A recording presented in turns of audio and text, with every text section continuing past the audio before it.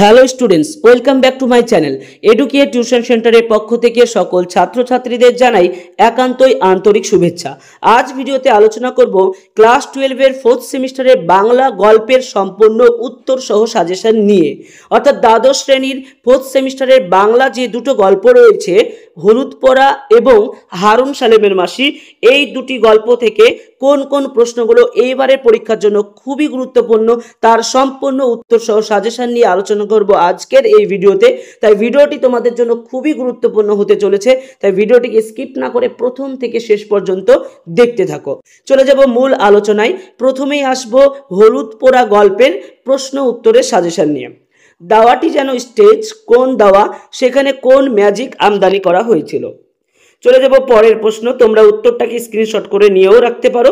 পরের প্রশ্ন, কুঞ্জ অন্য একটি প্রক্রিয়ার আয়োজন করছিল, কুঞ্জের অন্য একটি প্রক্রিয়ার আয়োজন করতে হলো কেন, এই আয়োজন সম্ভব হয়েছিল না কেন। তো উত্তরটা তোমরা দেখে নেবে। পরের প্রশ্ন, গা শুদ্ধ লোক যেন অপ্রস্তুত হয়ে রইল, গ্রামের লোকেদের এই অপ্রস্তুত হওয়ার কারণ কাহিনী অবলম্বনে আলোচনা করো। উত্তরটা দেওয়া রইল, তোমরা সেটাকে ভালোভাবে দেখে নেবে। পরের প্রশ্ন চলে যাব। পরের প্রশ্ন, হলুদ পোড়া গল্প অবলম্বনে ধীরেন চরিত্রটি বিশ্লেষণ করো। চলে যাব পরের প্রশ্নে।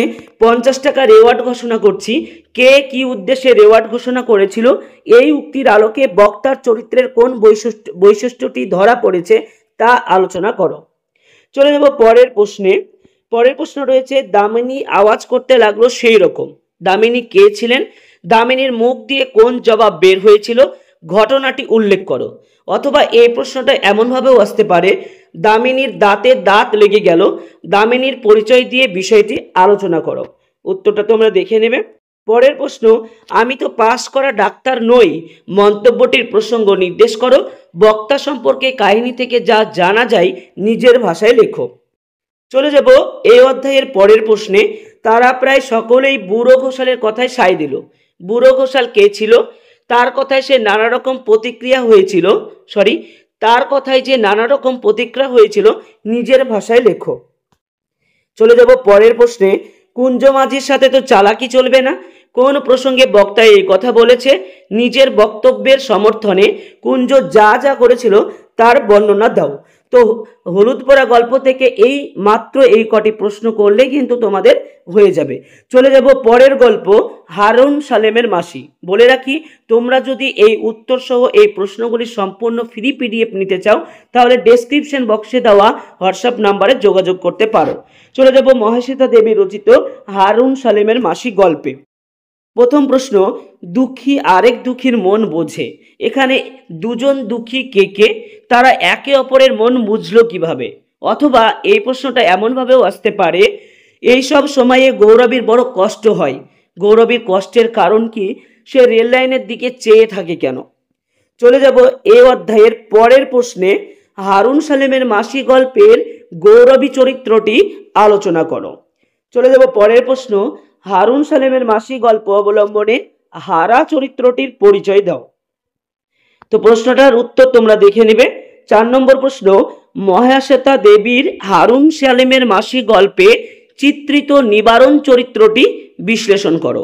পরের প্রশ্ন, এ কথা প্রচার গেলে তোমার আমার প্রাচিত্তির করতে হবে না, অথবা ও পাপ বিদেয় করো, তারপর ভেবে দেখব কে কোন প্রসঙ্গে কাকে কথাগুলি বলেছে, তার এই কথা বলার কারণ কি।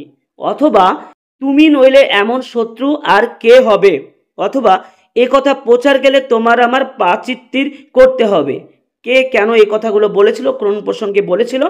এই প্রশ্নটার উত্তরে যেটা লিখতে হবে সেটা তোমাদের নিচে দেয়া রইল, তোমরা সেটা দেখে নেবে। পরের প্রশ্ন, হারুন সালেমের মাসি ছোট গল্প অবলম্বনে যশোদা চরিত্রটি আলোচনা করো। পরের প্রশ্ন, গৌরবী তাড়াতাড়ি হাঁটতে পারে না, গৌরবীর এই সমস্যার কারণ কি, হাঁটার সমস্যার কারণে সে কার ওপর কিভাবে নির্ভরশীল হয়ে পড়েছিল। চলে যাব এই অধ্যায়ের পরের প্রশ্নে, ঈশ্বরের জিনিস তো শাকে পাতায় দোষ নেই, তাৎপর্য বিশ্লেষণ করো। অথবা ঈশ্বরের জিনিস তো শাকে পাতায় দোষ নেই, শাক পাতাকে কেন ঈশ্বরের জিনিস বলা হয়েছে, এইসব জিনিস দোষ মুক্ত কেন। এই অধ্যায়ের পরের প্রশ্ন দেখে নাও তোমরা, নাকি সব গরিবের স্বর্গ আসলে কি এক, এখানে কোন কোন স্বর্গের কথা বলা হয়েছে, সব গরিবের স্বর্গ এক হওয়ার তাৎপর্য কোথায়? তো এই ছিল তোমাদের দুটি গল্প থেকে সম্পূর্ণ প্রশ্ন উত্তরের সাজেশন। সো ভিডিওটি যদি তোমাদের ভালো লেগে থাকে অবশ্যই লাইক দেবে, এবং এখনো পর্যন্ত যারা আমার চ্যানেলটিকে সাবস্ক্রাইব করোনি তারা প্লিজ চ্যানেলটিকে সাবস্ক্রাইব করে পাশে থাকা নোটিফিকেশান বেল আইকনে ক্লিক করে রাখো, যাতে এই ধরনের নোটিফিকেশানগুলো সবার আগে তোমাদের কাছে পৌঁছে যায়। ধন্যবাদ। আসছি পরের ভিডিও নিয়ে।